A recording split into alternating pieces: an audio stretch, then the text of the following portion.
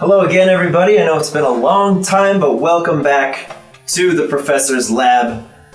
We've been toiling away at all these pesky sessions and such, and now it's time to answer some of your questions once more. Stephen Kenny Jr., you asked, how do I determine the level of Pokemon that the party will encounter on their journey? Level is mostly scaled to the party. I typically will have a wild encounter be right around the middle of the board per unit that's there. So if, let's say, the party's got 3 Pokemon each and we're fighting one big bad, obviously that thing's going to be tough enough that it can keep pace with the party at its maximum strength. If they're fighting a bunch of little things, I will scale them back accordingly, but typically they are never weaker than the weakest unit, and very rarely, if they're supposed to be really strong, are they weaker than the strongest unit. So I like it to feel like an uphill climb that they can steadily win. Hopefully that helps answer your question. Lucas Hill on Twitter, you asked what is my favorite Pokemon region and did it influence the Laris region?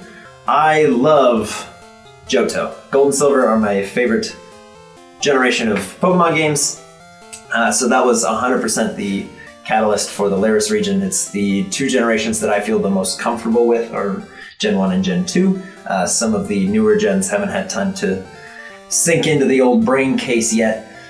So it just felt like the most comfortable place to start for both myself and most of the players who never really made it past like Gen 2 of the games, so they could still kind of know what was going on and still be excited about the concept. Bookworm, you asked us on YouTube, after the campaign ends, would we consider releasing a campaign and or source book? All I will say right now is no. Pac-Man, moving on to the Discord questions. Pac-Man, you asked, have I considered integrating Pokemon that are weapons like a Honedge or a Honedge, however you like to say that. I have not considered using a Honedge, but it would be pretty sweet. I had this kind of cool idea, have like a wandering swordsman type deal walking around with a Honedge. Maybe the Honedge like stole his soul and now he's just a vessel for the blade and he goes around fighting other trainers to increase his power. But I'm also just a sucker for the Hexblade Warlock from 5th edition, so that might be where that idea is coming from. Loco Mono, you asked a couple questions. First things first, you said, how long did it take to create the Laris region and did I make it so it could be expanded? I've been working on it for a couple years. It's still being made. I started making it in like early 2016. It was around the time I started playing and running D&D in general. I kind of had this idea to get the current players more involved, but I wanted to have something put together before I kind of brought it up and really pushed to pitch the idea. But it's mostly just a tweak off of the usual world that I run for normal 5th edition games. So every time I run any kind of campaign, it's usually set in a different part of the same world. This campaign is really no exception. It's kind of a nice little shorthand, so I sort of have an idea of where things are, what environments would look like, things like that. You also asked, in regards to NPCs, are all of their personalities planned out, or do I improv some of them? The short answer is yes.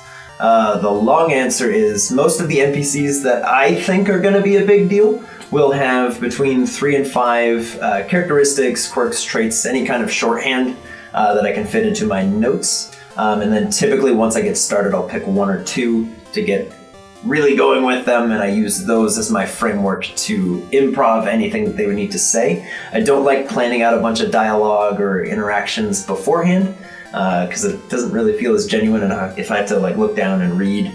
I have run sessions like that before, and it doesn't feel as engaging if I can't like look at the players and actually talk to them while we're playing. That's just something I kind of have an issue with. That being said, a lot of the times what happens is the players will look for some random encounter.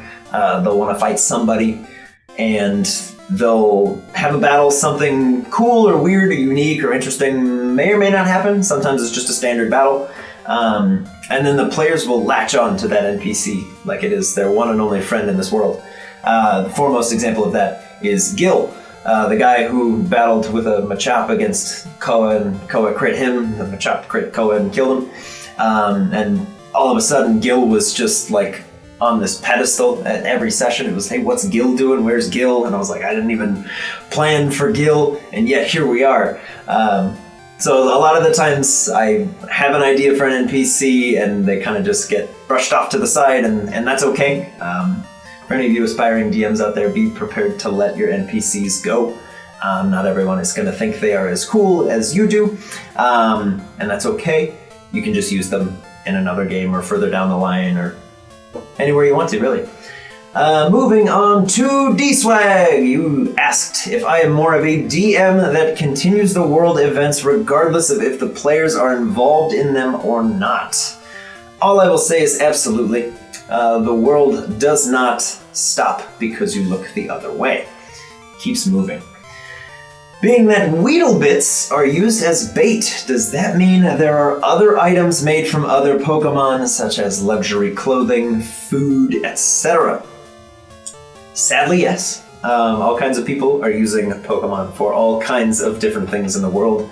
Some are nefarious, some are a little bit more mundane. Very, very rarely do people use Pokemon as like a food source for them, but a lot understand that, you know, food is important for other Pokemon. So if you're trying to lure like a fish, you might use something like a Weedle to catch it.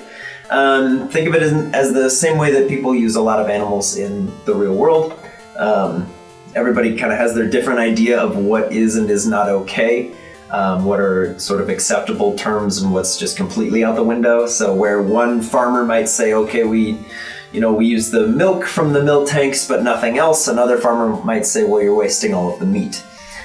So it really just depends who you ask, but the short answer is a very sad yes.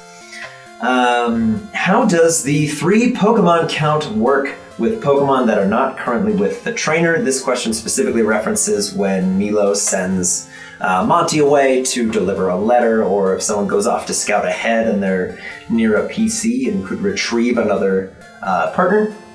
The 3 Pokemon rule, I think, is often interpreted as like a hard and fast law of the world. It is much more the case that the players and I, before we started the campaign, agreed that having 4 or 5 players with 6 different creatures that they can control on their turn, and the trainer in a combat, so that would be 7 things you have to worry about on your turn, would make a combat take forever and be a lot to keep track of, because all of the Pokemon are kind of noodly. They have a bunch of little bits that take a long time to resolve. Things lasting for a minute is 10 rounds of combat. That could be upwards of several hours of a combat if we were to roll it that way. So most of the time we look at the 3 Pokemon rule as a means of balancing a combat, keeping things moving. But there's been a lot of times in the campaign where we've kind of just let that rule slide for the sake of narrative. I usually will preface it with, I'm not a monster, of course you can do X. It's not... The short answer is it's not a law of the world, it's kind of an agreement between the players and myself so that combats don't just get ridiculous. Hopefully that kind of answers your question. Jab Warrior, you asked if there are any D&D shows and or podcasts that we were inspired by. Critical Role is the big one. That's what got me into trying to DM.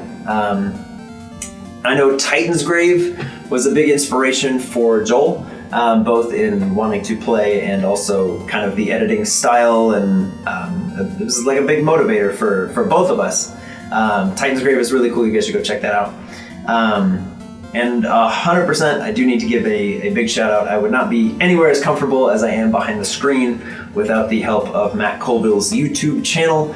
Many of the lessons and techniques that I have learned over the years come directly from that channel. So any of you aspiring DMs out there, I do recommend you go check out those videos. They are chef kiss levels of amazing.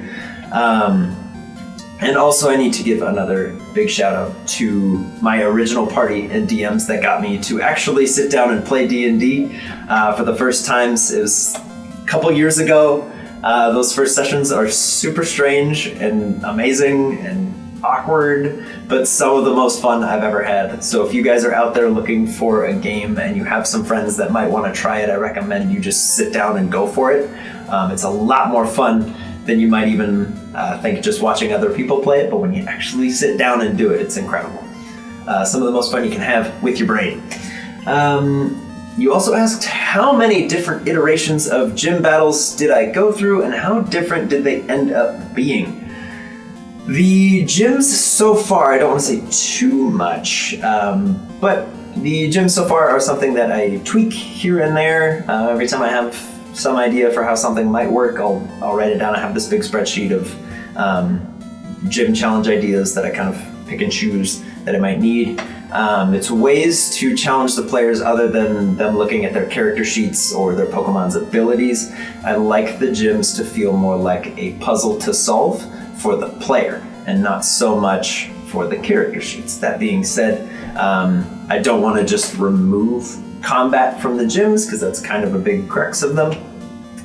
But I do like to encourage the players to solve their problems rather than just leaning on the character sheets as they kind of have to do for a lot of things. So the gyms tend to be pretty different from when I set them out in the beginning. They tend to evolve over time, but I don't ever just like scale something to the players immediately last minute. It's not like, oh, they have like Monty's getting pretty quick, let's have a race. It's mostly like, okay, what are birds known for in the games? Typically it's speed challenges, setting up a tailwind, hitting a bunch really fast. So I try to kind of scale the gyms around an idea more so a set of stats or abilities. That's all of our questions for this lab video.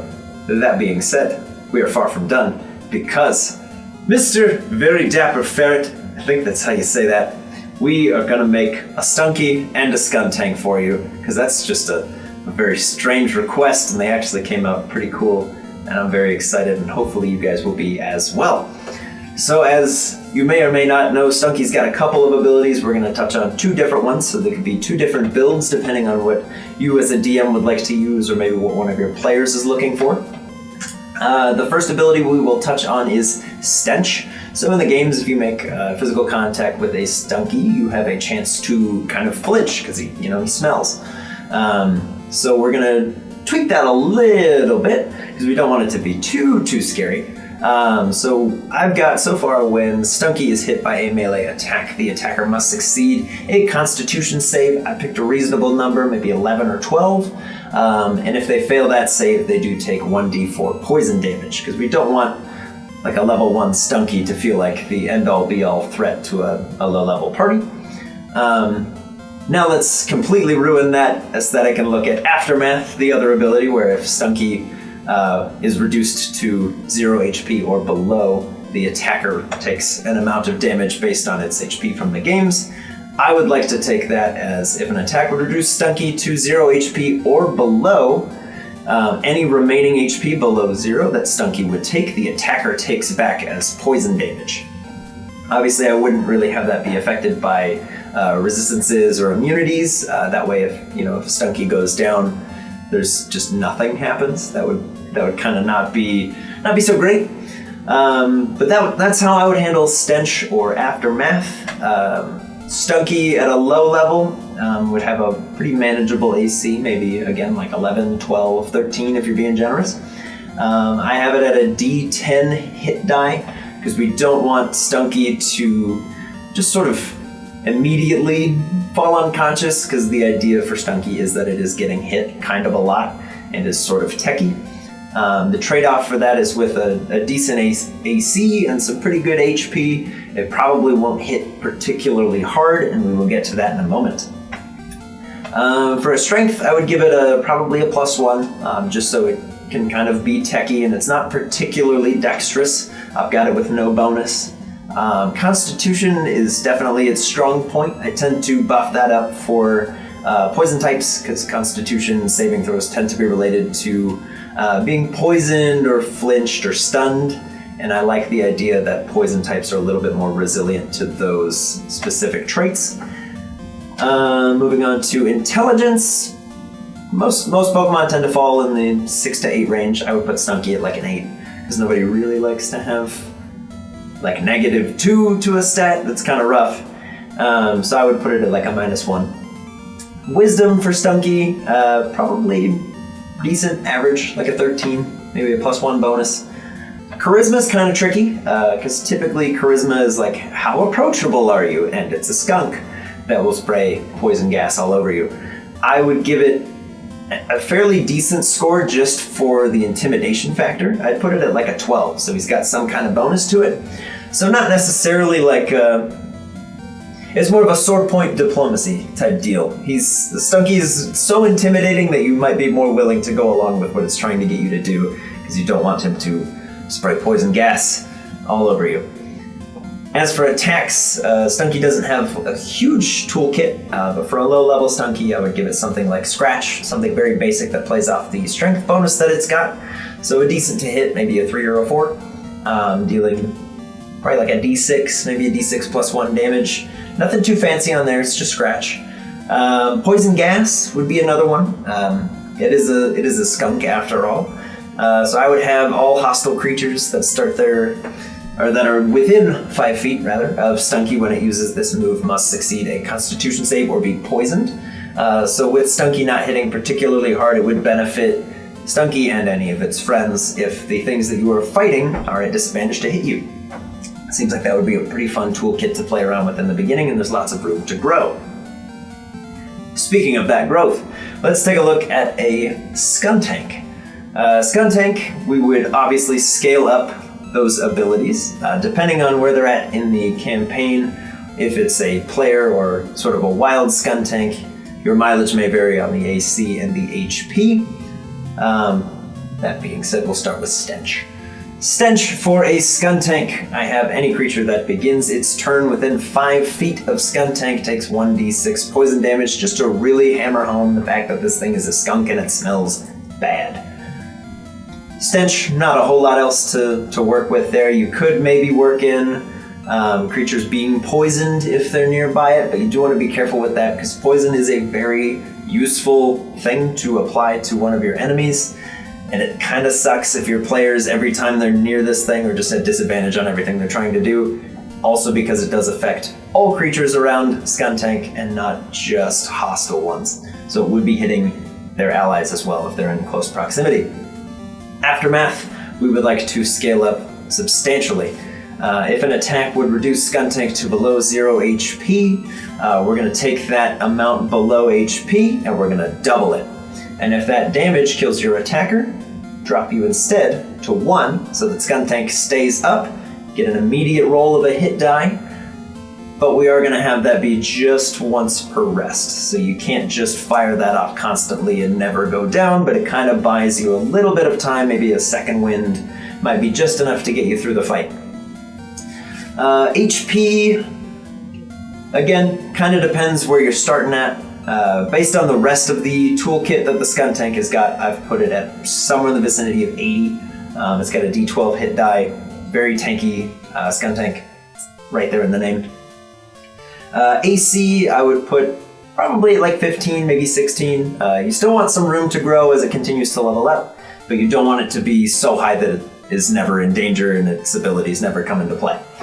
The strength score I would increase to probably a +2 so that you get some more sense of growth.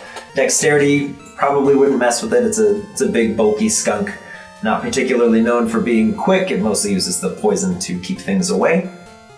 On that note, I would bump the Constitution up to maybe a +3 or even a +4, just to really hammer home the fact that this thing is not going down easily. It's got a lot of hit points. Intelligence, I wouldn't mess with. I'd leave it at a -1 score. You gotta have some way to get into the Skuntank. Wisdom, I would bump it up just a hair, maybe to a +2. And Charisma, again, with that intimidation factor, I'd bump that up to a +2 as well. As for the move set, the two most common things that I was looking for is Night Slash, because every time I'm doing some kind of battle tree nonsense and a Skuntank comes out and I get hit with Night Slash and it immediately crits and ends whatever plan I had, I felt like I should include that in this toolkit. So Night Slash has got a pretty good to hit, probably a +6. I've got it at 3d8 dark damage. Again, your mileage may vary. Maybe crank that up a little bit. Make it some d10s if you really want to challenge. But as we all may or may not know, Night Slash has a higher chance to critically hit in the games, so I would have that land a crit on a roll of a 19 or 20. Again, with room to grow. You could put 18 to 20 as it gets higher in level. All things that you can consider based on the power level of your players and what sort of encounter you're planning with this thing. I do also have Acid Spray for it. I was looking for some way to improve on Poison Gas. Acid Spray, I would have all creatures in a 15-foot cone behind Skuntank, so you can kind of use the positioning of it, much like a skunk would. Have that 15-foot cone. Everything within that cone is going to make a Dex save. I would put that probably about 15. Or take an amount of poison damage. I've got it set at 2d10. Feel free to tweak that as you need. With half damage on a success, of course. You gotta have that little addendum anytime there is guaranteed damage. I would roll all of the damage for every target separately, and here's why. I know that's a lot of extra rolling, it might take up a lot of time, but if the target fails their dex save and you roll doubles on their damage dice, I would have them get badly poisoned. So the way I handle sort of toxic poison is rather than put them at disadvantage on everything for a minute, but not take any, badly poisoned I have them take a damage die, typically a d4, plus 1d4 for every round that they're poisoned, to really hammer home that toxic feel from the games, where if they land that toxic on you, you know at some point it's going to get to a level that you can't really maintain without sort of switching out or healing the poison, which allows Skuntank a free turn to kind of hit you with it again. So that is how I would build a Stunky and a Skuntank. Those move sets are kind of fun to play around with, and I'm a little bit bummed that I probably won't use these in the campaign, but who knows now, I might have just talked myself into it. Thank you guys for all of your questions. Again, feel free to drop those on the Twitter, on Instagram, in the Discord if you are a member of that. There will be links in the video's description for how to get into the Discord page, information about the Patreon as well. And there are a lot of you that ask questions regarding how the players pick their starters and how they made their characters. We've actually did a full deep dive with all of the players sitting around the table in the last little group lab video that we did. So if you'd like the answers to that, maybe you missed that video, we'll put the link in the description for that as well, so you can check that out. But again, feel free to drop more questions anywhere that you can find us, and we will get back to you hopefully a little bit quicker this time. But thank you guys so much for watching, and have fun out there. Go run D&D, it's a lot of fun. We'll see you later.